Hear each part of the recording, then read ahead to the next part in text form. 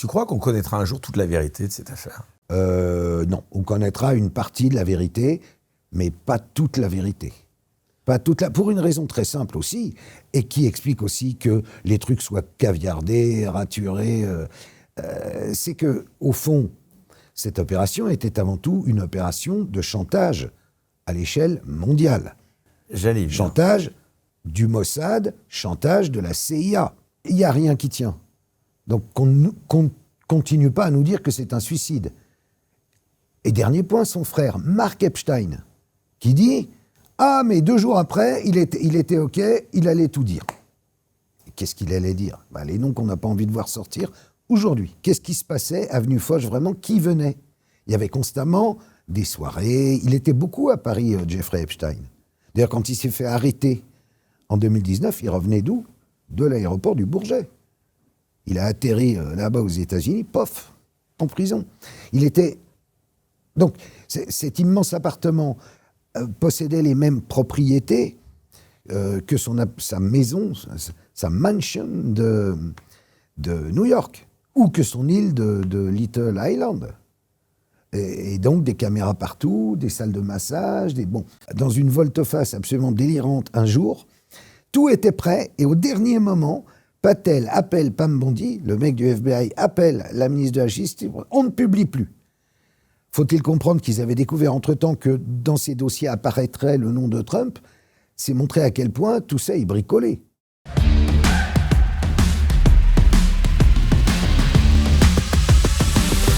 We're gonna take on the world.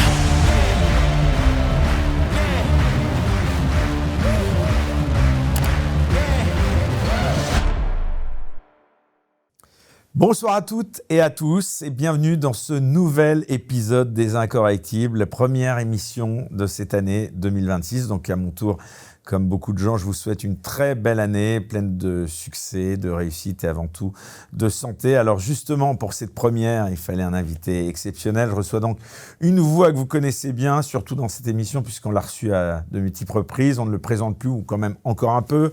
Il était évidemment animateur de télévision à la grande époque de Canal+. Il a marqué toute une génération avec Le Vrai Journal. Depuis plusieurs années, il a troqué le costume d'animateur pour celui d'enquêteur. Il mène sans relâche un travail de fond sur les réseaux pédocriminels et les zones d'ombre du pouvoir. Et il vient nous présenter son dernier numéro de son magazine L'Envers des Affaires, où il revient notamment sur l'affaire Epstein et sur les revirements de Donald Trump concernant la publication du fameux dossier. Ce soir, il va une nouvelle fois nous livrer des révélations troublantes. Je suis ravi de le retrouver. Bonsoir, mon cher Carl Zero.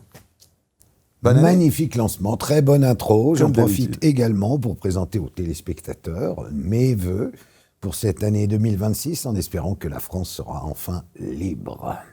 Vive la France. Vive la France. Quoique Tu peux la te faire France- Chirac si tu veux. Oui, c'est vrai. Et dans cette coupelle de béton, je vous appelle au renouveau.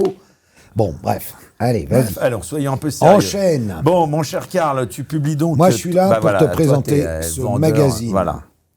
Magnifique. Il est important, C'est le numéro 16, hein. c'est le numéro 16 et ça sera peut-être le dernier. On fait le coup à chaque fois. Non, Non. c'est la première fois que je te Pourquoi le fais. ce serait peut-être le dernier ?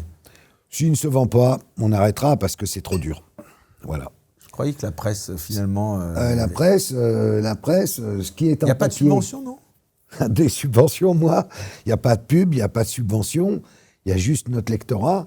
Et s'il ne vient pas au kiosque, il n'y a plus de journal. C'est aussi simple que ça. Donc on a mis toutes nos petites forces dans celui-là pour continuer. Voilà, donc l'envers des affaires, donc on va évidemment le mettre en illustration. Donc c'est ce dernier numéro, donc un numéro dont la couverture donc est consacrée, je l'ai dit, à Donald Trump et à l'affaire Epstein. Alors avant d'entrer dans le vif du sujet et dans le fond de cette enquête, eh bien quoi de plus simple, puisque tu restes quand même un homme de médias, d'audiovisuel, je vous propose justement de découvrir un court teaser de ce nouveau numéro. L'envers des affaires, numéro 16, est en kiosque. Vous reconnaissez les personnages en couverture ? Trump avait promis la publication des dossiers Epstein. Puis, il l'a interdit. Sous la pression, il a fini par l'autoriser. Mais ce que Donald Trump ne veut surtout pas voir ressurgir, c'est une plainte pour viol qui date de 2016. Une plainte qui n'a jamais abouti, qui le met en cause en compagnie de Jeffrey Epstein. Sera-t-elle publiée ? ou censuré. Saviez-vous qu'il existe un logiciel français qui permet de détecter automatiquement toutes les images pédopornographiques? C'est cette femme qui l'a inventé. Elle l'a proposé à l'État. 2 ans de tractation et son logiciel a été mis à la poubelle. On rêve. Dans l'envers des affaires numéro 16, vous découvrirez aussi l'effarante histoire de David Reimer, un petit garçon transformé en fille à l'âge de 8 mois par ce fou dangereux, le docteur Monet, inventeur de l'idéologie du genre.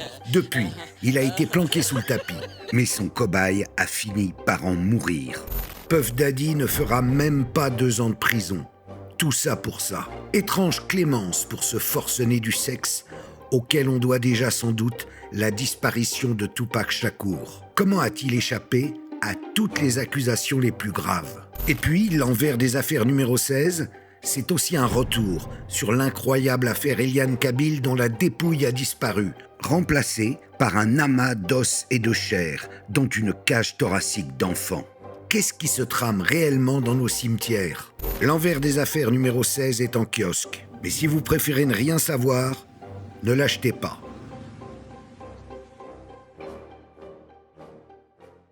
Voilà, donc c'est magnifique. On vient de voir ce beau teaser, mon cher Karl. Alors d'abord, est-ce que tu peux Ce que j'aime bien chez nous toi, parler de ce Eric, nouveau c'est numéro? que tu es vraiment comme si on était à la télé il y a 20 ou 30 ans. Pourquoi? C'est génial. Mais je sais pas, parce que maintenant, les animateurs de podcasts, on va dire, de tous nos petits sites un peu différents, on va dire, se donnent moins de mal et ils font pas du... Bah ouais, moi toi, je tu suis fais du show, t'es content, un showman. moi. quoi. Ah putain, voilà, T'es un c'est showman, ça. un showman.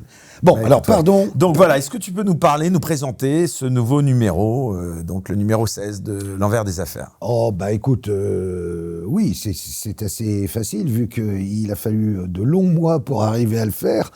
Je dirais que l'enquête principale, peut-être, est consacrée à Trump et Epstein. Alors, si tu veux, on peut commencer On va commencer par ça. Donc, ce pendant premier sa sujet. campagne, Donald Trump avait promis de publier donc, ses dossiers Epstein, promesse qu'il n'a pas tenue. Et finalement, le 18 novembre dernier, il décide d'autoriser leur publication. Alors, il faut dire Qu'est-ce qui t'a qu'entre-temps... poussé d'abord aussi à consacrer cette une de ce numéro à Donald Trump et à cette affaire Epstein? Parce qu'on a beaucoup parlé pourtant. Ça leur fait encore des choses à apprendre. Ah bah oui, oui et pas qu'un peu. En vrai, ce qui m'a poussé à décider d'en faire une couverture remonte au 6 juin dernier. Le 6 juin, Elon Musk lui-même, publie un court tweet sur sa chaîne X en disant « Si les dossiers Epstein ne sont pas publiés, c'est parce que le nom de Donald Trump y C'est au moment où ils étaient figure. un peu en bisbille, d'ailleurs. Ils étaient... Juste avant, il y avait encore le petit qui était à 4 pattes, son fils, à faire Voilà, le j'ai eu guignolo. Ah non, arrête. À faire le guignolo dans le bureau de Donald, il se tapait sur le ventre. À la Kennedy, quoi. Voilà. Et puis d'un coup, un froid glacial, l'autre sort ça, et là, je me dis, Irréconciliable, on se dit. Ah bah non, mais surtout, on se dit, s'il dit ça, c'est qu'il a des biscuits. Donc le but, c'est d'essayer de comprendre quel biscuit il peut avoir contre Trump qui lui fait dire ça. Parce que on a tous vu, toi comme moi, il y a des tas de vidéos, on les voit rigoler ensemble, il y a des tas de photos, on sait que c'était deux businessmen, 2 hommes d'affaires, on va dire, qui frayaient un peu dans le même univers, quoique clairement Epstein était plus démocrate et l'autre, évidemment, plus républicain, mais il n'y a rien, je ne vois pas très bien. Bon. Et puis là, je me souviens qu'un camarade à moi qui était aux États-Unis a dîné avec une femme qui est avocate, qui s'appelle Liza Bloom. Et cette Liza Bloom est une avocate de star à Hollywood. Elle a DiCaprio, elle a à peu près tout le monde. Elle avait aussi Harvey Weinstein, de Sinistre Mémoire, qui est aujourd'hui en prison pour avoir frôlé d'un peu trop près beaucoup d'actrices. Et elle lui fait le récit suivant. Lors de ce dîner, nous avons eu bien du mal avec une de nos plaintes émanant d'une jeune personne s'appelant Cathy Johnson. C'était en 2016 et elle lui raconte que cette fille, après avoir porté 2 plaintes précédentes en Californie, l'avait convaincue de porter plainte dans l'État de New York, cette fois-ci, contre Epstein et Trump pour une série de 4 viols. des viols, ce sont des plaintes qu'on peut retrouver, qui ne sont pas des plaintes, évidemment, qu'on a inventées, des plaintes enregistrées, et qui n'ont donné suite à rien du tout. Pourquoi ? Les 2 premières en Californie étaient au civil. Et le tribunal a jugé, compte tenu de ce que Cathy Johnson racontait et de la violence qu'elle avait subie de la part de ces 2 personnages, qu'il fallait que cette plainte soit jugée au pénal. Donc, elle a été déboutée. Et quand elle est allée pour aller au pénal à New York, la veille de prendre l'avion pour aller à New York, voilà, Cathy Johnson et sa maman dans un supermarché. Elles descendent au parking où elles ont rangé la voiture. Et là, qui arrive ? 2 mastards à l'accent russe qui leur disent « Pas de plainte, pas de Trump, pas d'Epstein ».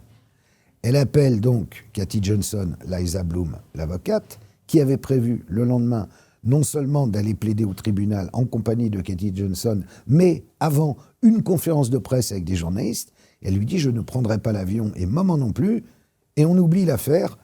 J'ai eu trop de menaces de mort, j'ai eu trop de problèmes, je ne veux plus en entendre parler, j'ai peur. Alors, fort de ça, je mets en chasse de retrouver les plaintes en question, que je retrouve effectivement, puisque ce qui est bien fait aux États-Unis, c'est que toutes les procédures officielles sont en ligne.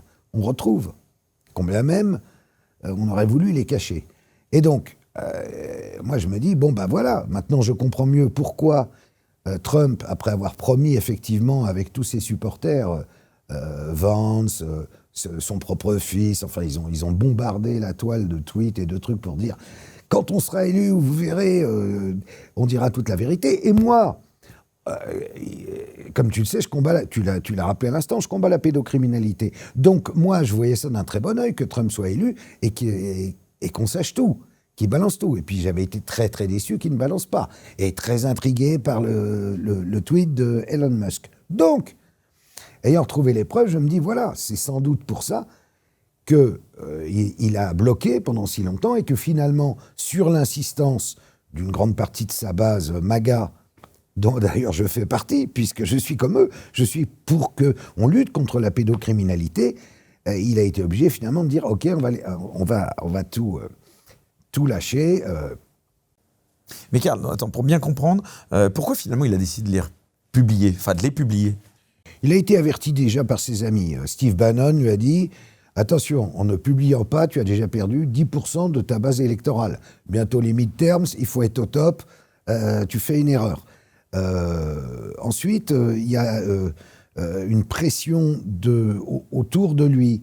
Il y a, par exemple, une sénatrice qui s'appelle, une congresswoman, qui s'appelle Marjorie Taylor Greene, qui était une de ses principales soutiens pendant la campagne, pendant les 2 campagnes même, et qui l'a viré.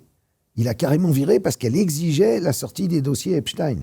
Donc il a senti que le truc lui échappait, qu'il fallait qu'il réagisse, donc il a dit « bon, bah lâchez tout ». À la grande surprise quand même du directeur du FBI, Kash Patel, et de la ministre de la Justice, Pam Bondi, qui, eux, s'étaient également engagés pendant la campagne à ce que tout soit publié, et qui allaient le faire lorsque, dans une volte-face absolument délirante un jour, tout était prêt, et au dernier moment, Patel appelle Pam Bondi, le mec du FBI appelle la ministre de la Justice, on ne publie plus. Faut-il comprendre qu'ils avaient découvert entre-temps que dans ces dossiers apparaîtrait le nom de Trump ? C'est montrer à quel point tout ça est bricolé. C'est quand même complètement fou. Si c'est ça, c'est que ce sont des enfants, quoi. On n'annonce pas un truc dont on sait d'avance, ou alors lui-même est tellement gâteux qu'il a oublié, J'y crois pas trop. Donc, il s'est passé quelque chose. Donc, pourquoi il a changé d'avis ? Parce qu'il était obligé de changer d'avis. Parce que sinon, tout lui échappait. Il incarne, normalement, la franchise, le renouveau, enfin, tu vois bien, comme à l'emporte-pièce, il n'hésite pas à dire les trucs. Il n'est pas comme tout ce qu'il a dénoncé pendant des années, c'était des petits arrangements entre amis, dans l'état profond, etc. Là, il dénonce un truc. Normalement, tu vois, c'est ça que son public attend. Bien. Donc, voilà les dossiers, depuis, ont commencé à sortir, comme promis, sauf que, comme je l'avais annoncé, ils sont entièrement biffés. Et c'est pas demain, me semble-t-il, qu'on va voir le nom de Trump réapparaître dans cette affaire. Il y a une autre explication, bien sûr. c'est qu'en disant « Ok, on va les publier », ils ont en même temps dit « Sauf si ça touche à des enquêtes en cours ou qu'il y a des noms de témoins mineurs à l'époque qui ne peuvent pas être révélés. » Ah, mineurs à l'époque, ça m'intéresse. La jeune Cathy Johnson, à l'époque des viols, elle a 13 ans. Elle parle d'une autre petite fille qui est là, qui s'appelle Maria, qui a 12 ans. Elle dit ça devant les juges. Donc, elle n'est pas là pour... Alors, on cherche où est passée Cathy Johnson. Et là, son premier avocat nous explique qu'elle a disparu. Mais, corps et bien, aucune des adresses qui figurent sur les différentes plaintes ne correspondent plus à rien, ni les mails, ni les téléphones, elle est introuvable. Et lui-même dit, j'espère qu'elle est encore en vie. Donc c'est un peu inquiétant. Parce que lui, suivant l'affaire Epstein, a vu des tas de femmes venir témoigner, y compris devant le Capitole, pour forcer justement Trump à publier les trucs. Et il dit, mais elle avait sa place. Ce qu'elle raconte, c'est exactement la même chose que ces femmes. L'une accusait, chacune assez. D'ailleurs, elles ont menacé, si tous les noms ne sortaient pas, de les publier elles-mêmes. Donc, chacune a eu des expériences, je dirais, contre nature, avec des hommes vieux, comme à l'époque Prince Andrew, ou l'avocat d'Horowitz, ou enfin plein. Bill Gates, que sais-je encore, Bill Clinton. Donc là, il a dit, on va tout sortir, mais tant qu'il y a Kash Patel et qu'il y a Pam Bondi, de toute façon, il est évident que rien ne sortira le concernant. Tu crois qu'on connaîtra un jour toute la vérité de cette affaire ? Non, on connaîtra une partie de la vérité, mais pas toute la vérité. Pas toute la... Pour une raison très simple aussi, et qui explique aussi que les trucs soient caviardés, raturés. C'est que, au fond, cette opération était avant tout une opération de chantage à l'échelle mondiale. Chantage du Mossad, chantage de la CIA. Il s'agissait de piéger des gens puissants en leur mettant dans les pattes des jeunes filles mineures avec lesquelles ils n'avaient évidemment rien à faire, de les filmer. Parce que ces fameux... On parle des listes ou des dossiers de Epstein. Mais beaucoup plus que des listes ou des dossiers, ce sont des enregistrements vidéo qui ont été retrouvés dans toutes les propriétés de Epstein. Et ces boîtes de disquettes, de DVD, de machin, ont été prises par le FBI, ont été analysées. Et ça, est-ce qu'on verra sortir ces éléments-là ? On ne demande pas à voir les images, Dieu nous en garde, mais les noms des gens, parce qu'ils sont très faciles à reconnaître. Voilà. Alors, est-ce qu'on saura tout ? À mon avis, pas grâce au dossier du FBI, peut-être grâce à ces victimes qui parleront les unes après les autres. C'est pour ça que ça serait bien que Cathy Johnson se manifeste à son tour. Parce que ce qui est important là-dedans, au fond, c'est d'avoir la vérité, y compris si elle égratigne Donald Trump. Alors moi, ce que je trouve fascinant, parce que tu l'as dit, c'est que, en effet, c'est une affaire qui a une portée mondiale et qui dépasse, semble-t-il, largement les frontières américaines. J'aimerais, dans cette émission, qu'on s'attarde un peu sur ces possibles connexions avec, justement, pourquoi pas la France. Et justement, que n'apprend-on ? Il y a quelques semaines, on apprend qu'il y a eu des échanges de mails entre Jeffrey Epstein et Jack Lang, ancien ministre de la Culture. Venu. Tu l'avais il y a d'ailleurs. 4 ans. Je me souviens très te bien. parler Exactement. du film. Et c'est incroyable. Et ben oui, pourquoi ça a tel écho maintenant ? Parce qu'à l'époque, tu me l'avais déjà dit, c'est vrai. Je t'avais dit, il y avait 58 000 € c'est fou. versés par Epstein à une asso bidon qui préparait un film sur Jack Lang. Et là, ce qui est fou, c'est que tu étais le seul, on te traitait toujours de complotiste, de ce horrible personnage. Et là, tous les médias l'ont repris, cette info. Parce que quand les mails... Pourquoi ? Mais parce que les mails de Epstein ont été rendus publics, il y en a 26 000. Donc ils ne croyaient pas avant. Et donc il suffit d'entrer le nom pour voir avec qui il conversait. Et Jack Lang, on voit qu'il conversait. Et une longue conversation. Hein. En tout cas, oui, ça, en fait, j'ai vérifié. Oui, en fait, il y a 5-6 mails. D'accord. Mais sur une durée quand même assez... Oui, plus longue que prévu, parce qu'on nous a raconté « Ah, mais non, mais Jack, par hasard, l'a invité vraiment sur un malentendu aux 30 ans de la Grande Pyramide ». En fait, non, ils se connaissaient d'avant et ils échangeaient, effectivement. Ah, ils parlaient beaucoup de Trump, justement. Puisque dans un des emails, Jack Lang le remercie de l'avoir éclairé sur la véritable personnalité de Trump, qu'il y repense et que l'actualité, au moment du mail, lui donne raison.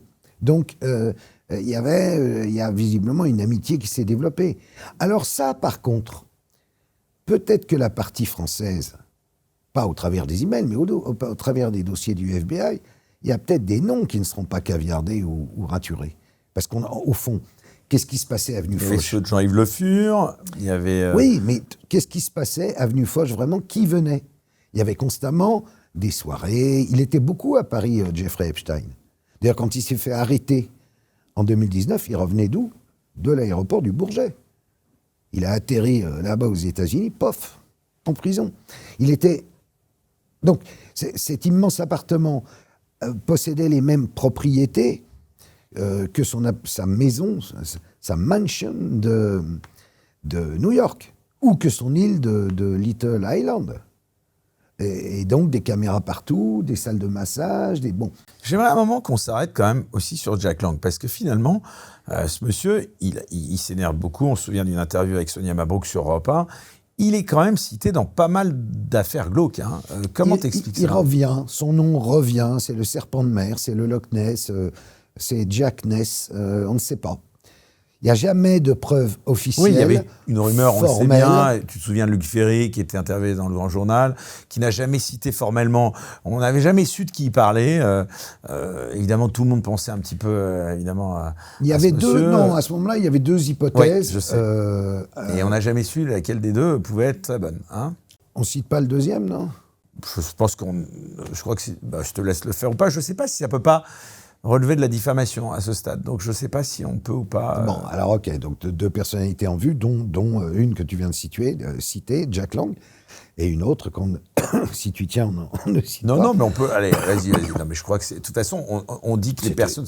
C'était une rumeur de Douste Blazy. Bon, tous les deux ayant été ministres de la Culture. Donc voilà, donc au final, on n'affirme rien, il n'y a pas de preuve de tout, donc ces noms sont juste des noms qui étaient cités. Pourquoi d'ailleurs, selon toi, est-ce que tu Pourquoi Luc penses Ferry savoir avait dit ça? à quel nom Luc Ferry faisait lui allusion? Moi, je crois, compte tenu des éléments, que malheureusement, les deux affaires ont existé. Et qu'au moment où Luc Ferry en parlait, c'était plutôt celle de Douste Blazy, qui avait fait grand bruit parce que... à la Mamounia, je crois. Oui, à la Mamounia. Et sa femme avait fait un scandale. Dominique Ancien, à l'époque. Voilà. Et que l'affaire concernant l'autre personne était plus ancienne et avait été couverte par, dit-on, le roi, les services secrets marocains qui avaient enterré l'affaire. Bon, en tout cas, on n'a pas de preuves et on ne va pas aller se faire bananer facilement devant la 17e. Donc pour l'instant, voilà, on précise bien, on si dit tu juste veux, que ces noms étaient non, mais à un moment donné... De même, cités. souviens-toi que Roger Hollande, un des fondateurs du Front National, si j'ai bonne mémoire, avait parlé de Jack Lang au moment de l'histoire du choral. Il y a une vidéo qui tourne encore, enfin, où c'est juste une image. Tribune, on s'en souvient dans Libération. Après, il était en soutien. Voilà, avait fait guerre. Il paraît qu'il était sorti de ses gonds face à Sonia Mabrouk sur Europe 1. Là-dessus, qu'elle lui parlait de ça. Ouais. Oui, il n'aime pas. Hein. Ah non, c'est un peu normal qu'il n'aime pas, d'autant que maintenant, en l'occurrence, ces tribunes, ça c'est factuel. Hein, pour le coup, de là, c'est pas énorme. notoriété publique, et donc il s'est même fait pousser dans la rue, etc. Quand les gens le croisent, il prend des colibets. Donc ça va assez loin. C'est vrai que, paradoxalement, s'il n'y a pas de preuves, c'est vrai que c'est pas bien. Finalement, c'est ça la question. Oui, bien sûr. Toi, bien t'as pas... Vu que tu enquêtes et tu investigues essentiellement sur ces sujets, ce nom, tu n'as pas de preuves. Non. Donc, non, voilà. Non. Bon, en tout cas, pour revenir à l'affaire Epstein, donc il y a eu des échanges avec ce monsieur. Pourquoi on retrouve si souvent d'ailleurs des responsables politiques dans l'entourage d'Epstein de manière générale? Parce qu'il faisait du réseau, quoi. C'était ça. Ah, mais non, c'est pour des raisons de chantage. Oui, mais c'est-à-dire pour avoir quoi? C'est-à-dire pour avoir de l'argent, c'était quoi? Pour Epstein? Bah oui, parce qu'à la pour rigueur... Epstein, si tu veux, d'abord, ça lui fait un carnet d'adresses formidable, donc c'est bon pour son business, mais surtout, il est évident... Du chantage à quoi? Non, mais attends, c'est du chantage sexuel. C'est évidemment du chantage sexuel, puisque je t'explique que dans chacune de ces maisons, il y a des endroits où on se fait masser par des mineurs. Oui, non, mais j'ai bien compris le chantage sexuel, donc les mais trucs pour sont obtenir filmés. quoi? C'est ça que je... Mais après, c'est transmis à qui de droit? C'est IA, tu veux dire que c'est instrumentalisé aussi bien par entendu, des gens qui... c'est pas pour son plaisir personnel. Sinon, il serait mort donc 100 il fois. répondait à des commandes, c'est ça? Peut-être de gens... C'était une sorte de garde de triage du compromat. du Mossad, selon toi? Mais évidemment. Maxwell, Robert Maxwell, enfin... non, je réexplique ou tu... Oui, tu non, me mais suis mais dis pour les gens qui découvrent... Bon, bah, son âme damnée, c'était Ghislaine Maxwell, qui est aujourd'hui en prison, qui, elle, ne s'est pas suicidée encore. Et elle n'est pas libérée, hein. Elle n'est pas libérée du tout. Et tu crois qu'elle le sera? Mais elle dit rien non plus. Donc elle n'en lâche pas une, mais finalement, elle n'est pas si maltraitée que ça. Et donc, cette Madame Maxwell était la fille de Robert Maxwell, que je ne te présente plus, qui était le magnat de la presse et qui, parallèlement, était un Israélien d'honneur. Un agent, évidemment, du Mossad, mais mort reconnu. Dans des circonstances troubles. Mort dans des circonstances très troubles. Il est tombé du bateau. A-t-il été poussé? A-t-il été éliminé? En tout cas, il a été enterré avec les honneurs. Il y avait même le président de la République d'Israël, etc. Donc, c'était pas rien. Donc, c'est pas bien compliqué. D'ailleurs, il y a un ancien du Mossad qui le raconte, je sais plus son nom, qui le raconte. J'avais même publié son interview dans un numéro précédent, dans un dossier spécial de Epstein au début de l'affaire. Donc ça, c'est de notoriété publique, voilà. Mais ça existe partout, hein. C'est vieux comme le monde de faire chanter les gens en filmant à leur insu des exactions comme ça. En parlant justement de mort, celle en détention de Jeffrey Epstein, là aussi, elle est intéressante parce que la version officielle a conclu un suicide. Toi, tu remets en cause le suicide. Tu publies même des photos de son cou après sa mort, ainsi qu'une photo de sa cellule prise après son décès. Qu'est-ce qu'elle vient de remettre en question, toutes ces photos que tu publies? C'est pas que les photos, c'est déjà qu'on voit, il y a des vidéos où on a un homme, un détenu, qui, alors que tout le monde est sous clé à partir de je crois, 20h ou 21h, il est à minuit dans l'escalier qui monte à l'étage du dessus, où il y a qui? Jeffrey Epstein, qui lui, par contre, est tout seul. Il avait un co-détenu qui, bizarrement, la veille, on a dit « Ah bah, il n'y a plus de co-détenu, tu seras tout seul ». Je te rappelle que ce jour-là, il n'y a plus rien qui marche, les caméras sont en panne, les gardiens sont endormis, on ne sait pas ce qui s'est passé. Bon. Après, on a rien à voir, mais quand même, un capot de la mafia qui nous dit « Ah ben non, franchement, j'ai été dans la même cellule, donc je peux vous dire que pour ce pendre-là, c'est impossible. Il n'y a rien auquel accrocher. Bon, soi-disant, il avait noué des draps, mais il n'y a rien pour l'accrocher. Donc, tu serais obligé de te pendre, par exemple, et d'accrocher au siège, là, t'accroches et puis tu tires tout seul. Non, mais ça ne tient pas. En plus, les draps, comme tu le sais sans doute, sont des draps qui se déchirent, et c'est prévu pour. C'est pas des draps durs, solides, en coton, ils sont en espèce de, tu sais, comme ces papiers dans les toilettes des restaurants, là, tu vois, des papiers, bon. Donc, il n'y a rien qui tient. Donc, qu'on continue pas à nous dire que c'est un suicide. Et dernier point, son frère, Mark Epstein, qui dit « Ah, mais 2 jours après, il était OK, il allait tout dire. » Qu'est-ce qu'il allait dire? Les noms qu'on n'a pas envie de voir sortir aujourd'hui. Donc, Epstein... Tu penses qu'il y a encore des réseaux de ce type aux États-Unis ou dans le monde d'ailleurs, enfin aussi, on va dire, affûtés que ces réseaux? Celui-là était, en termes d'espionnage, c'était le top niveau. Que des réseaux comme ça se recréent, il y en a évidemment. Que les Russes, par exemple, ou les Chinois, ou même les Américains continuent d'une autre façon, évidemment que oui. C'est comme ça qu'on fait avancer la machine. Hein. Donc, je crois pas... Et peut-être même en cherchant bien les Français. Si tu veux, c'est tellement facile. Et les gens sont tellement cons, les hommes surtout sont tellement cons. Tellement cons. Ils se font piéger. Même à des niveaux comme ça, ils se font piéger. Alors, Karl, bon, en tout cas pour le reste, on ne va pas spoiler ton magazine, on encourage tout le monde à se le procurer. Alors, tu reviens également sur une autre affaire qui s'est déroulée aux États-Unis, justement, qui est passionnante, cette affaire aussi, l'affaire Puff Daddy, le rappeur accusé de trafic sexuel et d'association de malfaiteurs au sein d'un groupe de crime organisé, qui a finalement été condamné à 4 ans et 2 mois de prison ferme, échappant du coup à une condamnation à la prison à perpétuité. Est-ce que tu peux nous rappeler précisément de quoi il était accusé, ce que tu as pensé de ce verdict et ce qui t'a paru le plus troublant ou révélateur justement dans cette enquête que tu publies? Puff Daddy, c'est... D'ailleurs, je recommande à tout le monde de regarder. Il y a une série super sur Netflix, très très bien faite, par 50 Cent, son ennemi juré, voilà. Ah oui, mais il y a une raison. Pourquoi c'est son ennemi juré? C'est parce qu'une des deux filles qui portait plainte contre Puff Daddy, c'est l'ancienne femme de 50 Cent, c'est la mère du fils de 50 Cent, et c'est elle qui était obligée de, si je veux parler pas trop vulgairement, de passer sous un nombre incalculable d'hommes, des prostituées homosexuelles que Daddy payait pour venir, le caudalisme on appelle ça, pour venir faire l'amour à sa femme, pendant que lui se tripotait en regardant, tout en buvant sa célèbre vodka Ciroc, ou en prenant moult drogues qu'il fallait prendre d'ailleurs pour tenir. C'est un peu comme les soirées chemsex de Pierre Palmade, ça durait 4 jours. Donc il fallait prendre des mélanges que Puff Daddy préparait d'ailleurs, tel un cuisinier de talent, avec des tas de mélanges qu'il faisait. Il leur donnait des petits noms, c'est des petits cocktails, mais c'est délirant. Et tout ça avec de l'huile pour bébé.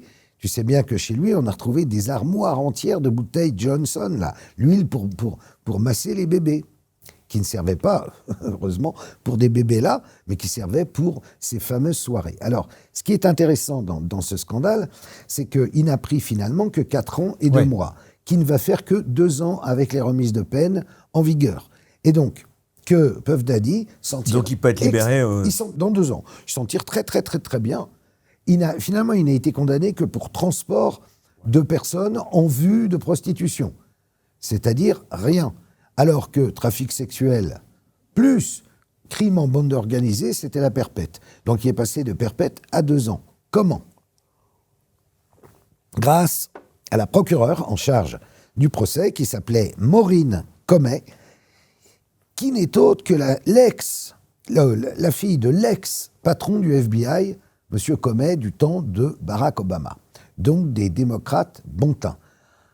Des mauvaises langues ont même suggéré que dans les freak-off, les soirées un peu no limit de notre ami Puff Daddy, il y avait du beau monde aussi. Il y avait Kamala Harris, qui était venue une fois. Et qui avait pas mal de politiques qui passaient, et surtout, tout Hollywood. Voilà, puisque là... Et beaucoup de personnages importants du monde du rap. Toutes ces personnes ont d'ailleurs été entendues lors de l'enquête préliminaire par le FBI. Aucune ne s'est présentée au procès. Aucune n'a été convoquée au procès par le juge et la procureure. Pour quelle raison ? Parce que si tu prends par exemple Usher, le rappeur, ou Justin Bieber, ils ont été carrément formés par Puff Daddy. Et Puff Daddy, quand il forme, il déforme plutôt. Et ça, c'est pas une chose qu'on peut venir dire au tribunal, surtout dans le monde du rap. Il y a une vidéo qui circule sur les réseaux sociaux qui est un peu ambiguë avec Justin Bieber. Tout jeune, il le reçoit, il lui montre sa belle voiture. Oui, c'est très... Et en fait, Bieber s'en est expliqué, mais en off. Enfin, pas en off, non, officiellement. Mais ça, on n'a pas accès au dossier. C'est comme celui de Trump avec tu veux dire, il a été comme auditionné, ou en tout cas, non ? Entendu, bien sûr. Justin Bieber. Mais tous ont témoigné. Même, je crois qu'on avait parlé de DiCaprio aussi, non ?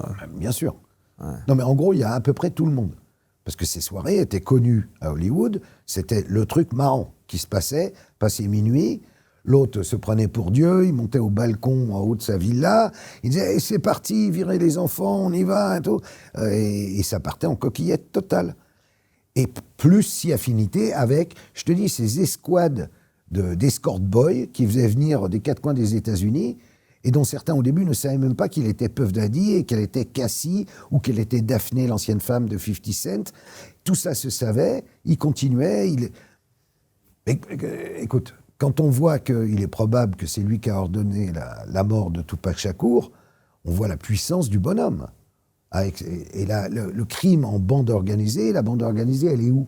C'est sa maison de disques, Bad Boy, voilà, qui s'oppose à celle de Suge Knight à Los Angeles. On est en face d'énormes mafieux, en réalité, avec une vie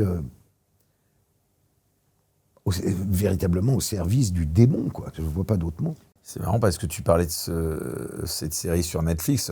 On a vraiment l'impression que la réalité dépasse la fiction, quoi. Tu aurais dit ça, enfin, tu m'aurais fait un scénario de cette histoire, je t'aurais dit là, c'est un peu gros quand même. Ah oui. Et finalement, comment t'expliques dans une puissance comme les États-Unis, finalement, et des réseaux qui puissent comme ceux-là. On parlait d'Epstein tout à l'heure, maintenant Puff Daddy. Enfin, ou alors il y a une impunité totale à un certain niveau. Déjà, à un certain niveau, il y a une impunité totale. Et puis après, il y avait de très, très, très, très grosses sommes en jeu aussi. Parce qu'il y a tout le pendant, et c'est pour ça d'ailleurs qu'il tombe en réalité, Puff Daddy. C'est pas à cause de ses anciennes copines ou maîtresses, ou des escort boys qui faisaient travailler. C'est à cause de Diageo, le géant de l'alcool, qui possède toutes les marques que vous buvez, même en France. Hein. Je sais pas quoi, Johnny Walker, enfin tous les alcools. Et il lui confie une marque, Ciroc, sa vodka. Il fait exploser les ventes de Ciroc. Alors comme ça a bien marché, Diageo lui file une autre marque, c'est la Tequila de León. Pareil, carton plat, il vend 25 milliards de bouteilles et tout. Et là, Puff Daddy, qui est complètement fou, coquet jusqu'à l'os, se fâche et dit « Non, vous êtes raciste ». Il dit à Diageo, il les accuse formellement de racisme, en disant « Vous ne distribuez la Tequila de León qu'aux Noirs et aux Hispaniques ». Et eux, ils le prennent extrêmement mal. Attaquer un empire comme eux, en les traitant de racistes aux États-Unis, tu imagines ? Colossal. Et donc ils disent, bon ok, on arrête le contrat ensemble. Ils signent un chèque, on ne saura pas le montant. 2 semaines après, les ennuis commencent pour Puff Daddy. Les flics déboulent, fouillent toutes ces maisons, prennent tout ce qui traîne, les bouteilles d'huile pour bébé, les drogues, et là, les ennuis commencent. Il a défié, comme il avait le melon, mais à un point inimaginable, il a défié l'establishment. Aux États-Unis, tu vois, ça peut se passer il s'en sort bien, d'après correctement. toi, oui, c'est ce que nous raconte un des gardes du corps. Il dit, c'était un avertissement. Mais bon, derrière, il va avoir du mal. Hein. Ça va être un peu compliqué pour lui. Bon, enfin, il a assuré ses arrières, si je puis dire. Il a assuré, bien entendu, ses arrières. Mais La il aura du fortune d'un mal à Puff Daddy, redevenir c'est quoi la aujourd'hui ? star. C'est- Non, mais il ne sera plus la star qu'il était. Ouais, mais enfin bon. C'est mort. C'est mort. Il sera obligé Un pestiféré. d'être très, très au calme. Et c'est une fortune colossale, Puff Daddy. Il a mis beaucoup de côté, il a perdu beaucoup aussi. Karl, avec ce procès, c'est ça qui est intéressant, on l'a vu aussi avec l'affaire Epstein, c'est que, enfin moi ce qui m'intéresse, et je pense les gens qui nous regardent ce soir, c'est possiblement de voir si quelque chose comme ça, ou avait des passerelles en France, ou pourrait en avoir, ou s'il pourrait y avoir des affaires de ce type en France. Dans l'affaire Puff Daddy, est-ce qu'une affaire comme ça qui touche le showbiz américain, où tu me dis ils sont tous mouillés, est-ce que ça pourrait arriver en France ? Bon, évidemment, je pense un peu à Palmade, c'était un peu déjà un aperçu, mais... Oui, c'était un aperçu dans le sens où il est probable qu'il y avait, comme je l'avais dit à l'époque, un ministre dans la soirée, qui fait que l'affaire s'est finalement très très bien terminée pour Palmade, qui est aujourd'hui libre avec son bracelet. Lors de soirée chemsex, d'ailleurs, je ne sais même pas si tu as vu, chemsex, ouais. en parlant de ça, enfin ça me fait penser, je ne sais pas si tu as vu le lapsus qu'a fait Sébastien Chenu, le vice-président quand même de l'Assemblée nationale et membre du Rassemblement national, qui a dit il y a beaucoup de monde partout dans nos réunions militantes, les soirées Beaujolais, les soirées... Et puis là, il dit, oh, j'allais dire soirée chemsex. On peut rigoler avec ça, toi, tu trouves ou pas ? Ça te fait rire ou pas ? Ça t'a fait rire ce lapsus, tu l'as vu ? Tu l'as vu cet extrait sur la Oui, je l'avais vu, mais ça n'a pas fait le buzz qu'on comment dire ? espérait. Tu espérais que ça fasse du buzz. Oui, parce que ça dénote quand même une sorte de banalisation des soirées chemsex entre politiques. Une fois, déjà, on sait qu'il y a beaucoup de drogue à l'Assemblée, que beaucoup de députés prennent de la coke. Drogue et politique, c'est un sujet intéressant. Et qui dit drogue dit forcément, après, libation le soir venu, et certains sombrent dans une luxure que je n'oserais qualifier. Et s'il dit ça... au fond, rien n'a changé, d'ailleurs, quelle que soit la couleur politique. Ces gens-là se sentent un petit peu de droit divin et s'autorisent à faire tout et n'importe quoi le soir venu. Et après, il n'a pas dit, hein, évidemment, on ne dit pas du tout que non, mais Chenu a participé à ce type de soirée, mais enfin, c'est quand même... Si ce n'est toi, c'est donc ton frère, donc peu importe. Mais je dirais le mal est fait, parce que parler de ça, comme si c'était un truc normal, et comme on touche là à quelque chose que la morale devrait réprouver, je trouve. Chacun est bien sûr libre de faire ce qu'il veut de son corps, voire de son âme. Mais moi, ce qui m'ennuie dans l'histoire... personnalité, entre personnes consentantes. Non, mais ça, bien sûr, on dit toujours ça, mais après, dans ces soirées-là, ça dégénère toujours, parce qu'on ne demande pas la carte d'identité et l'âge précis de chacune des personnes qui est là.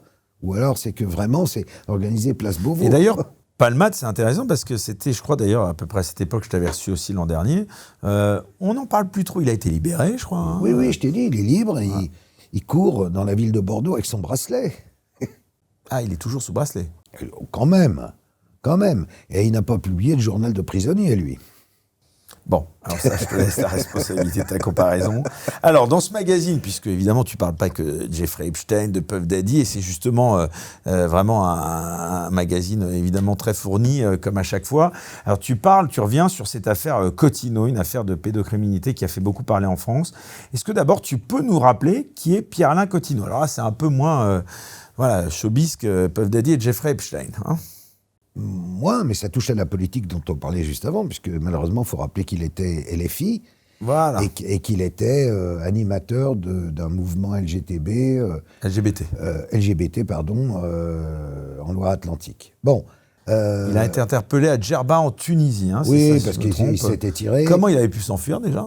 Eh ben, il a été prévenu par une bonne âme, sans doute, soit du milieu scolaire ou périscolaire dans lequel il travaillait, soit de l'ASE, l'aide sociale à l'enfance, dont il était un employé. Alors encore l'ASE qui confie à ce type, dont on va découvrir après pas dramatique, on aurait qu'il a commencé à 11 ans, en violant une petite de 4 ans, qu'il a remis le couvert à 16 ans, en reviolant une petite de 4 ans, et qu'ensuite il se retrouve, à l'âge de 30 ans, à garder chez lui, tout seul, un petit garçon et ensuite une petite fille. Et c'est à cause de cette petite fille, qui a 4 ans et qui est handicapée, et qu'il viole avec d'autres personnes, et il filme, et il le met sur le Darknet. Les Américains voient l'image, l'envoient aux Français, ça se retrouve à l'OFMIN, l'Office des mineurs, qui dit à lui, une petite handicapée, on va le retrouver. Et donc là, c'est grâce aux Américains. Ah oui, ils font une traque, c'est très souvent grâce aux Américains. On n'a pas de gros moyens cyber, ils en ont. Et pourtant, on pourra en avoir, c'est un autre sujet. C'est l'histoire de cette personne, Anne Gaël, cette entrepreneuse dans le Jura, qui a trouvé un logiciel qui permet de déterminer s'il y a des images pédopornographiques dans n'importe quel ordinateur, sans avoir à consulter les images. Et donc, elle a fait une traque. C'est une incise, hein. Mais 2 ans de tractation avec l'État pour que l'État français prenne ce système. Et à la fin, ils l'ont planté. Ça, c'est un mystère absolu. C'est très français, si tu veux. On rentre dans les arcanes, mais en même temps, est-ce qu'il n'y a pas une volonté que ce truc n'existe pas? Parce qu'en fait, pourquoi ça serait très utile? Parce que c'est beaucoup de temps et d'argent pour pouvoir regarder les images pédopornographiques. D'abord, c'est horrible à regarder, et secondo, ils n'ont pas assez d'employés, pas assez de fonctionnaires pour visionner. Et pendant ce temps-là, l'heure tourne, le mec est en garde à vue, et il faudrait éplucher une à une toutes les images, ouvrir tous les dossiers, tu vois ce que je veux dire? Alors que si tu mets le logiciel de cette PME, ça permettait, pouf, tu le mettais, pouf, ça disait, il y a 4332 images pédoporno. Voilà, et donc si on équipait la police de ce logiciel... Donc elle a besoin de 150 000 €, je le dis. Peut-être elle lancera une cagnotte. On revient à l'affaire Cottineau, justement. Moi, ce qui m'intéresse, c'est ce côté, comme tu disais, tu parlais souvent des passerelles avec la politique. D'abord, question, s'il n'était pas un militant de la France Insoumise, est-ce que cette affaire, elle aurait pu passer sous les radars? Ça, c'est dans l'autre sens aussi, je la pose. Pour une fois, on ne peut pas m'accuser d'être anti... Non, pour une fois, tu es moins facho qu'à l'ordinaire. Non, mais... bah oui. Si tant est que ça veuille encore dire quelque chose. Hein. Attends, je peux y revenir. Hein. Je ne crois pas avoir vu de réaction de Mélenchon. Quand je vois... là-dessus, ils l'ont viré immédiatement. Ah, bon. Non, il y a eu une réaction. Bah, tu rigoles. Dans la seconde, il a été sorti de LFI. D'accord. Et ça honore. D'ailleurs, LFI, concernant la pédocriminalité, fait partie des partis les plus en pointe. Et tout à fait au niveau. Point de vue... Non, sur les propositions, par exemple, qu'on avait faites, ils suivent. Bon, bref, peu importe. Donc, Cottineau, chaque jour, on en découvre un peu plus. Donc, en fait, comme il gardait ses enfants chez lui, eh ben, il s'était mis en tête de faire venir des clients chez lui. Donc c'est un peu comme l'affaire Pellico, finalement. Ils faisaient venir des quatre coins de la France des clients, et même de Belgique, et ensuite ils organisaient des séances autour des enfants, et ils filmaient, et ils revendaient, et ils échangeaient. C'est très exactement ce qu'on appelle un réseau pédocriminel, le truc qui, souviens-toi, n'existait pas il y a encore 3 ans. Quand j'en parlais, on me disait « Oh, oh ». Ben voilà, c'est ça. Voilà, t'étais un affreux complotiste. J'étais un complotiste. Ils ont eu assez raison, les complotistes, sur pas mal de sujets. Hein. Bah, en gros, je vois pas sur... En fait, un complotiste, c'est un lanceur d'alerte. C'est quelqu'un qui voit un truc, c'est marrant parce que ça aurait dû être les fact-checkers, là. Ah non, t'as pas le droit de parler de ça. Comment j'ai pas le droit de parler de ça? Bah, si j'ai envie de dire la vérité, bah, tu te tais. Bah non, je me tais pas, je dis les trucs. Puis le temps te donne raison. Regarde, le dernier numéro de l'Envers des Affaires, il était sur l'ASE, justement, et les 25 000 mineurs prostituées qui dépendent de l'ASE. Le numéro sort, silence glacial et poli. Et il y a 3 semaines, envoyé spécial, Élise Lucet, exactement le même sujet. T'en parler. Et là, du coup, finalement, oui, alors du coup, les politiques se réveillent, on voit pas. Oui, nous allons prendre ça en considération, tout va changer, machin. Donc, ça t'énerve ou pas? Finalement, enfin, non, part, ça fait parce que avancer c'est bien, le ça combat. sert à quelque chose au moins. Ça veut dire que le combat que je mène depuis maintenant une paire d'années... Non, mais parce que, je vais pas te mentir, tu le sais, hein, même si tu as la carrière qu'ils n'auront jamais. Mais c'est vrai que, honnêtement, pas mal de gens te prenaient un peu pour un mariole à un moment. Hein, et puis, je vous m'en disiez, fous il avait complètement. basculé du côté obscur de la force. Oui, il avait ripé. Ça, moi, je l'ai entendu 20 milliards de fois. Et finalement, bah, tout aujourd'hui prouve que tous les sujets dont tu parlais avant tout le monde, bah, c'était vrai, quoi. J'avoue que j'étais un peu sceptique parfois sur ce que tu disais. Mais non, parce que je le fais... En fait, je Tu le l'ai fais de fait manière parce journalistique, que ouais. je savais ça. Je savais que ça existait et je voulais que quelqu'un le dise. Et j'ai constaté que personne ne le disait. Donc je me suis dit, bah, c'est à moi de le faire. Moi, c'est sur le pédosatanisme où je te suis pas trop, où j'ai toujours du mal à croire qu'il y a toujours... Tu es toujours mordicus sur ça, tu penses qu'il y a vraiment des réseaux pédosatanistes C'est pas une légende urbaine, ça, entre nous. Non, parce que tu vois, pour être crédible, faut, à un moment donné, tu vois, il y a peut-être un sujet sur lequel, là, ça aspire tout le mauvais côté du truc pour te décrédibiliser. Je pourrais te répondre pendant 2 heures sur l'existence des réseaux pédosataniques. Je ne vais rien en faire, parce que là, je ne suis plus journaliste. C'est ton intuition, ton intime conviction. Tais-toi. Je suis président d'une association. Qu'est-ce que c'est? Quelle association? Justice pour l'enfance, un collectif d'avocats qu'on a créé il y a 2 ans, de façon à aider les enfants en difficulté dans des cas d'abus, de maltraitance sexuelle. Le rapport avec le pédosatanisme. Eh bien, toutes sortes de dossiers nous arrivent. Il y a un site sur lequel tu peux aller voir, justicepourlenfance.org, où tu peux t'inscrire et demander une aide. Nous, on est là pour aider ceux qui n'ont pas les moyens d'être défendus. Il y a des ceux affaires ceux qui n'ont pas d'aide juridictionnelle, par exemple. d'avocats. Parmi ces dossiers, il y a des dossiers de ce que tu appelles réseau pédosataniste, ok, actuels. Ces dossiers sont maintenant confiés aux flics, aux gendarmes, et ensuite ils montent au parquet. D'accord ? Actuellement. Actuellement. Donc je ne peux pas, moi, en parler. Je ne peux pas te dire C'est-à-dire que où l'enquête ça est se en passe. cours, mais rien n'est avéré encore. Ça veut dire que nous avons 4 affaires de réseaux de ce type. La différence avec Cotino, c'est que ce sont des réseaux plus organisés que Cotino, où c'est un peu la même chose. Il y a des victimes, qui sont des enfants, il y a des gens qui viennent de toute la région pour violer ces enfants. La différence, c'est que, en plus de cela, il s'agit d'un rite sectaire. Voilà. Donc, avec un décorum, avec des chants, avec des tenues et avec, parfois, des meurtres. Voilà. Des sacrifices, ça. Des sacrifices. Donc, je sais que ça paraît fou, ça fait froid dans le dos. Tu vas me dire que je suis toujours fou. Je te dis, j'ai 4 affaires. Donc, rendez-vous d'ici 1 an, 2 ans. Si moi j'en parle maintenant, les personnes qui font ça, dont nous avons les noms, qu'est-ce qu'elles vont faire? Porter plainte, disparaître, détruire les preuves? C'est pas mon intérêt. Et tu as déjà des noms. On remarque, l'affaire Lola, on était au bord de ça. Hein. Mais bon, même si c'était un peu encore un autre réseau. Mais... L'affaire Lola, c'était... Est-ce qu'il y avait un réseau là? Non. Un tout petit réseau, mais... C'était un tout petit...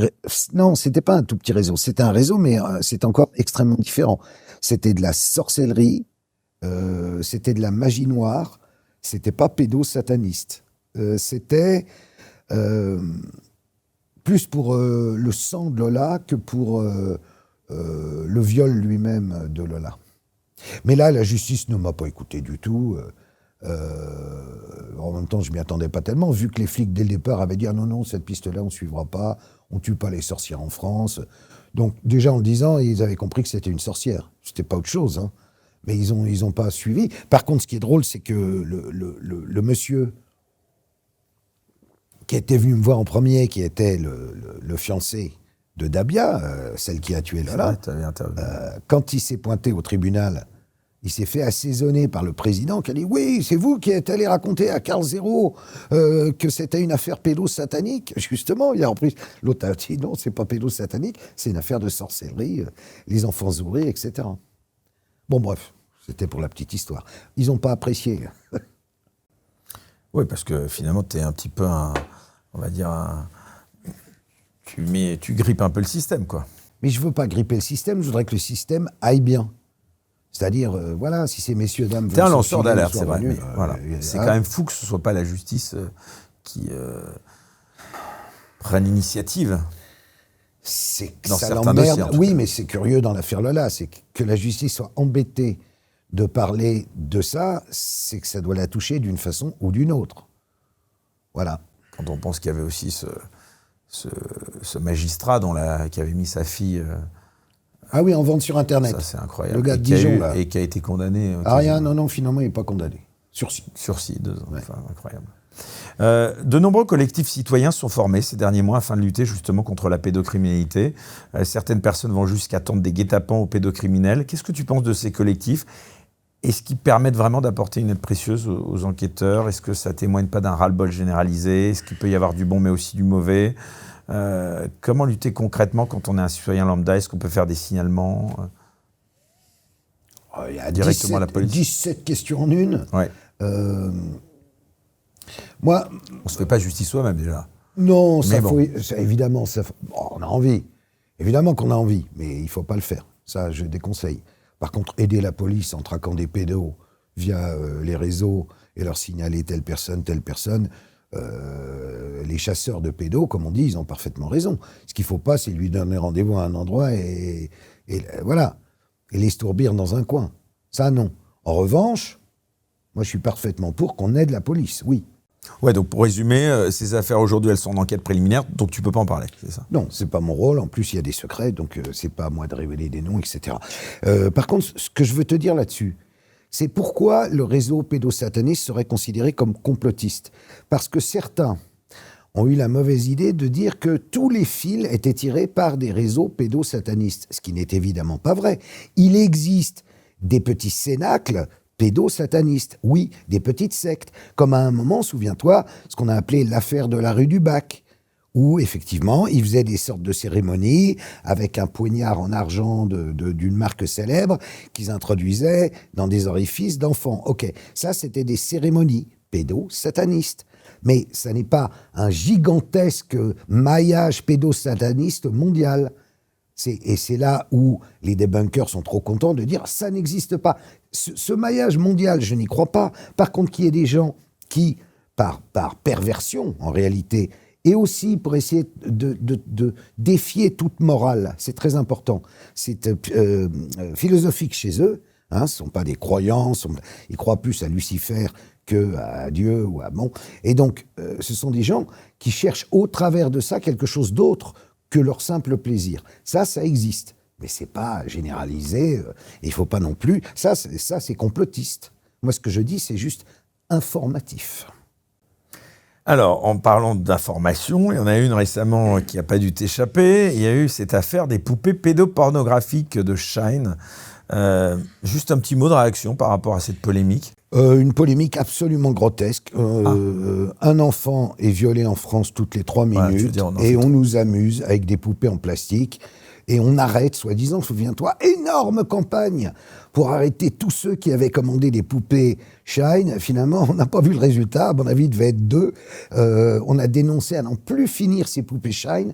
Ça, c'est vraiment l'arbre qui cache la forêt. Ça, c'est une honte. C'est grotesque. D'ailleurs, c'est à cette occasion que j'ai découvert qu'on avait une secrétaire d'État chargée de l'enfance, qu'on n'avait pas beaucoup entendue jusqu'à présent. Là, sur les poupées, quand c'est des poupées, tout le monde sait ce que c'est qu'une poupée. Donc une poupée, à la limite, on peut en parler. Les médias peuvent... Un viol d'enfant toutes les 3 minutes, 160 000 viols par an, ça, on ne peut pas en parler.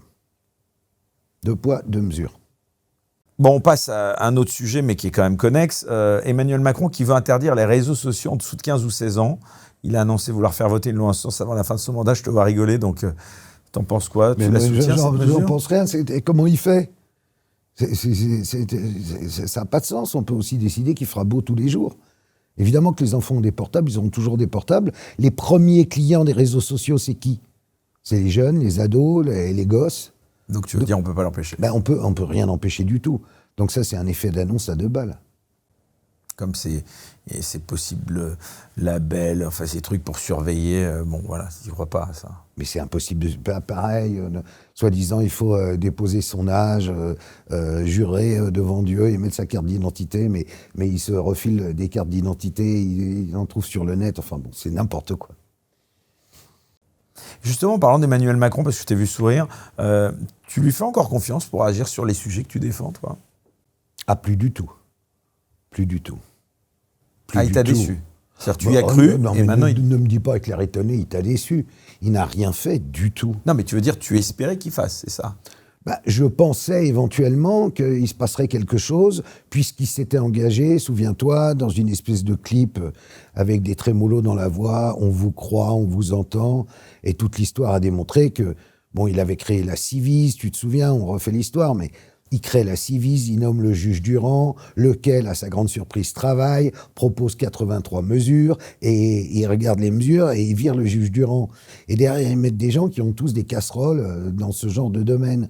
Donc c'est un peu compliqué de continuer à croire.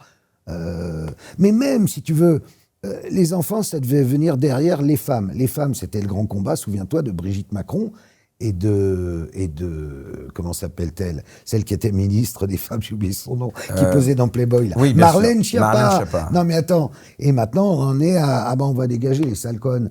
Donc où est la sororité? Donc déjà il n'y a pas de sororité, alors concernant les enfants il n'y a rien du tout. Du tout. Et il n'y aura rien. Justement, on parlait il y a un instant des réseaux sociaux impossibles à maîtriser, selon toi, et je partage ton point de vue. Nombreuses enquêtes ont révélé que ces réseaux sociaux étaient quand même une porte d'entrée vers des réseaux de prostitution de mineurs. Comment expliquer que certains jeunes, parce que c'est quand même aussi une vérité, même si elle est difficile à entendre, certains jeunes se prostituent et pour certains, il y a une sorte de banalisation quand même. Tu le reconnais, ça? Ah mais totalement. Totalement. On revient au problème de l'aide sociale à l'enfance. Si toutes ces jeunes filles... L'argent facile leur a retourné le cerveau, quoi. Totalement. Parce que le modèle de vie qu'on leur présente, que ce soit dans les pubs ou sur les réseaux sociaux ou dans la presse ou partout ou à la télévision, est un modèle de vie dont elles n'ont pas les moyens, si tu veux. Elles ne peuvent pas s'acheter les fringues qui vont bien, le sac, le truc, le maquillage. Bon, quel est le moyen le plus rapide de trouver l'argent? Donc que ce soit à l'ASE ou hors ASE, mais c'est plus fort dans les ASE parce qu'elles ne sont pas surveillées du tout. Au moins ailleurs, on peut imaginer qu'il y a des parents qui surveillent, qu'il y a des encadrants qui surveillent. Là, plus personne n'encadre. C'est libres enfants de Summerhill, mais alors au sens propre. Elles font absolument ce qu'elles veulent. Et donc, évidemment, elles commencent par se prostituer, et puis elles rencontrent un mec, il les met un peu à se prostituer dans des Airbnb, des bookings, des machins, et puis très rapidement, elles en viennent à la drogue. Et c'est par la drogue qu'elles sont tenues. Et ensuite, quand elles veulent s'en sortir, c'est affreusement difficile. Et de sortir du système où tu gagnes quand même entre 2 et 3 000 par jour, c'est beaucoup d'argent, et de la drogue. Et après, on les récupère fracassés, âgés de 22, 25 ans, et ne trouvant pas d'emploi, et donc se retrouvant SDF. Enfin, Voilà ce qu'on fabrique en France. Alors, tu faisais un lien avec les réseaux sociaux, oui, parce qu'elle regarde sur les réseaux sociaux les trucs, et c'est aussi sur ces réseaux, ou plutôt sur ces sites, que n'importe quel Et tu pourrais leur en gugus- vouloir à ces plateformes qui, d'après beaucoup de gens, ne font rien pour endiguer ça. Je vais te dire, dans le cas de la prostitution, c'est pas tellement les plateformes, c'est plus des sites qui sont totalement, je vais pas dire les noms parce que sinon des spectateurs ça va mal pas les faire, intentionnés vont aller voir. Mais en 2 clics, tu commandes une mineure pour rendez-vous cet après-midi dans ta ville, où que tu sois. Tu vas dessus. Sérieusement, ça existe ça. Mais oui, et on a avec Michel Hamas, l'avocat, tu sais, qui lutte contre ça aussi. On a donné les noms de ces 3 sites. Attends, il y a des sites internet Aux pignon autorités. sur rue, c'est le cas de le dire, en France, Bien sûr, pour ce type bien sûr. de Alors commande. tu verras que tous les modèles, les escortes présentées ont toutes plus de 18 ans, Ah, office. alors qu'en réalité, elles ont entre 14 et 18 ans. Voilà. Donc c'est des sites d'escorte, c'est ça. C'est des sites Présentés. comme des sites d'escorte, alors que ce sont des pauvres gosses de l'ASE qui, dans la journée, sont à l'ASE, Tu rappelles ce qu'est l'ASE pour les gens l'aide sociale à l'enfance, dans des foyers d'accueil. Et dès que la nuit tombe, les voitures arrivent, les MAC viennent les chercher et les emmènent dans des appartements loués pour l'occasion pour faire 5, 10, 15 passes. Et elles viennent souvent de l'étranger aussi. C'est Pas autre tant. chose, ça, encore. Tu Ça, crois c'est- Ah, c'est pas Ah ça. non. Moi, je te parle déjà Tu parles de... de 20 à 25 000 mineurs françaises. Ça te parle, ça? En France, aujourd'hui. Comment tu as ces statistiques? Mais parce qu'on les a, parce que... Il n'y a pas que moi qui les ai. Regarde, même Élise Lucet a fini par faire Oui, un sujet il y a ouais, 3 semaines. ouais. Tout le monde est d'accord. Quand je l'ai dit il y a 6 mois, on m'a dit « Oh là là, t'exagères beaucoup ». Ça peut créer un électrochoc, ça, qu'Élise Lucet, c'était, je crois, envoyé spécial, justement, Oui. qui avait Ben oui, parlé ça- de ce sujet. Ça oui, sera oublié oui. dans quelques semaines ou non, là, franchement... Non. La d'accord. Zoé est très très mal, elle le sait, elle se confond en excuses. Et en plus, Michel Hamas, que je te citais, maintenant il traduit en justice les patrons des départements. Car ce sont les patrons des départements. Comment faire pour que l'ASE, ça devienne un système sain? Comment faire pour que ce soit, enfin, que l'aide sociale à l'enfance, elle soit Il faut la réformer. exemple de toute Il faut critique? opération main propre, réforme de l'ASE et n'engager, parce qu'au fond c'est un problème d'encadrement, n'engager au sein de l'ASE que des gens dont on a vérifié le background. Là aujourd'hui, si tu veux les filles le soir, il reste qui dans le foyer? Un veilleur de nuit. C'est qui? C'est un mec qui travaillait à la boulangerie Paul il y a 2 semaines, où il était semi-dealer. Et il est là à surveiller les filles. Bon, c'est très très facile, si tu veux. Déjà, elles ont des relations avec lui. Plus lui, il fait venir des copains, et ainsi de suite. Enfin, on est où? T'as pas l'impression que l'État met les moyens pour agir, quoi? Non. J'adore ce genre de questions. Ouais, bah ouais. Mais tu sais bien que tu la connais, la réponse. Non. Parce que pourtant, L'État est débordé. L'État n'en a rien à foutre. Et en plus... c'est pas la priorité, quoi. Et en plus, qui dit 25 000 filles, dit combien de clients? Si c'est 10 passes par jour, 250 000 clients.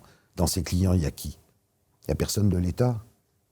Ah, tu penses que... Bah attends, des fonctionnaires, des gens, il y a de tout. Oui, mais là, tu vois, comme c'est un tout. petit peu l'amalgame et tout, on va dire, en t'écoutant, bien Mais sûr, quel- Karl Zéro, quel amalgame qui balance des noms, tu vois. Quel t'as pas amalgame? de- Mais quel nom? Non, mais tu as des preuves de ces noms, enfin, de ces gens qui sont... Mais parle aux flics, ils te diront « Ah oui, c'est emmerdant, il y a un tel, il y a ça, un ça sort notable, il y a pas. un Ça ne or, sort pas. il y a un maire, il y a... » Ben, ça sort à chaque affaire. À chaque affaire de pédocriminalité qui sort, on ne dit pas les noms, mais on dit il y a un maire, il y a un employé municipal, il y a un professeur, il y a un... Écoute, tu le sais très bien.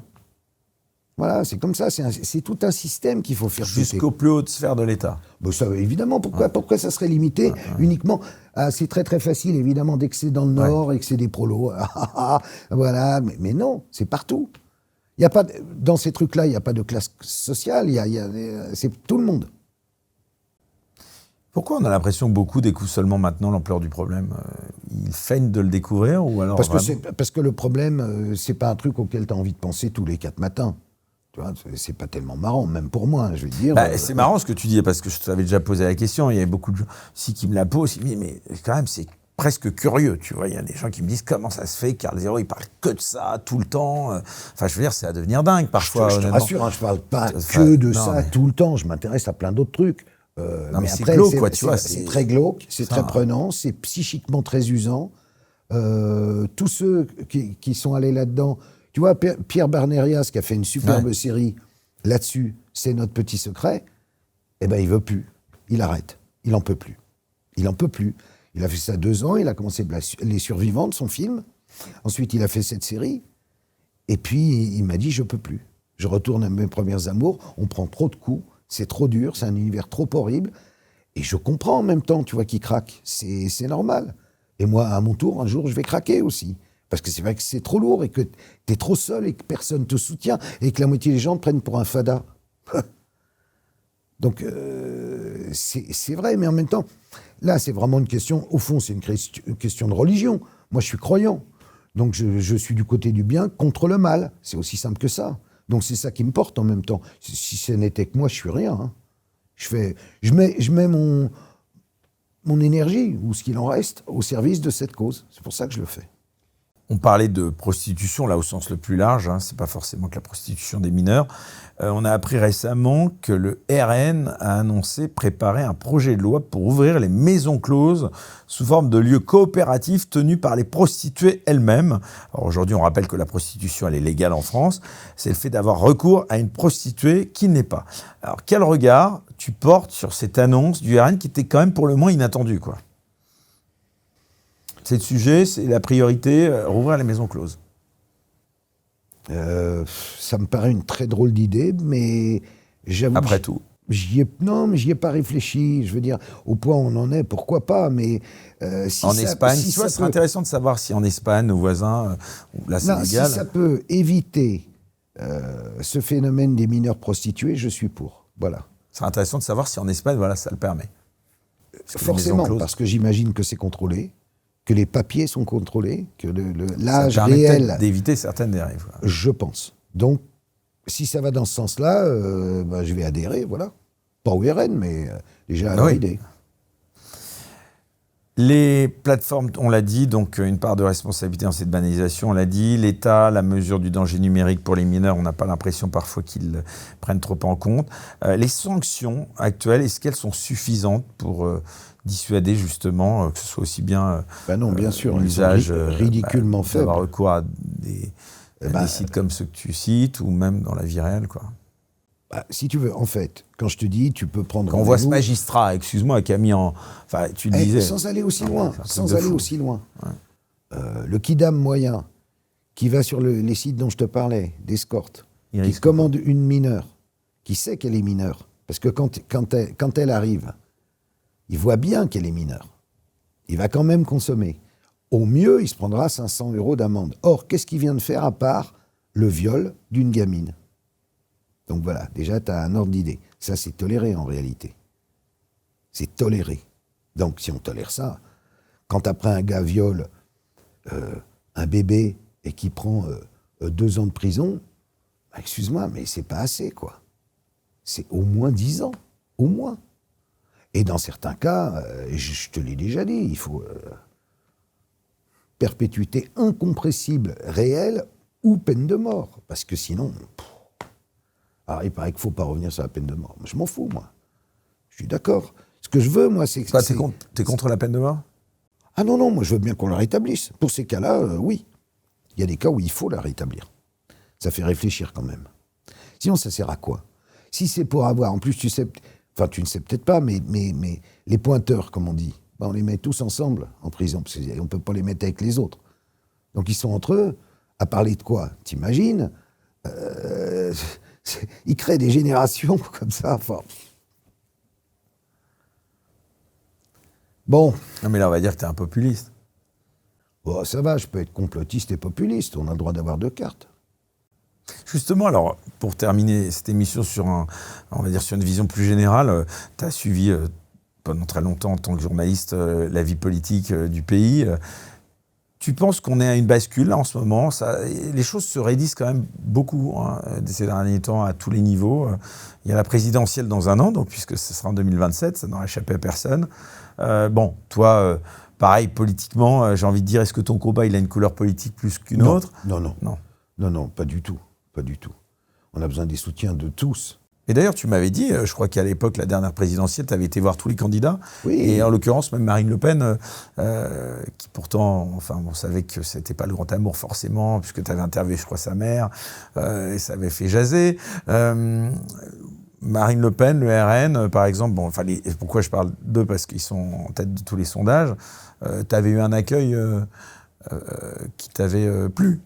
Ah oui, non. C'est une des très rares politiques qui avait une vraie vision là-dessus, un vrai discours et des vraies mesures. On n'était pas d'accord sur tout, mais il y avait beaucoup de points raccords. Donc c'est pas une question politique. Par rapport à la prochaine présidentielle, il faudra sans doute refaire ce tour de piste pour aller leur demander et ensuite mettre le résultat sur Internet, qui sera encore infiniment plus suivi qu'il y a 5 ans. Parce que le sujet, il est devenu... Tu notes qu'il y a une vraie différence, c'est que maintenant, il n'y a pas de jour sans que les médias ne parlent de pédocriminalité. Ils disent même plus pédophilie. Avant, ils disaient pédophilie, puis ils n'en parlaient jamais. Maintenant, tous les jours, ils en parlent. Donc la fait avancer. Donc la pression mise fonctionne.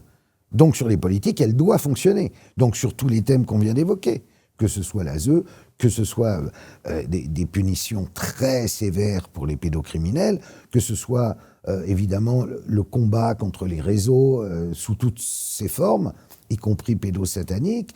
Et voilà, le travail avance. C'est à la fois fatigant, décourageant, et en même temps, on sait qu'on avance. Surtout, on sait qu'on a le cœur des gens. Les gens, ils sont avec nous. Ceux qui ne sont pas avec nous, ben on les connaît. On les a repérés. Voilà, l'abandon de la religion, puis l'abandon des valeurs morales censées être représentées par la République. On voit bien, l'état général de la France est lamentable. C'est à pleurer en réalité. Ça donne à tout le monde envie de fuir. C'est quand même un pays où tout le monde veut se barrer, c'est quand même pas normal.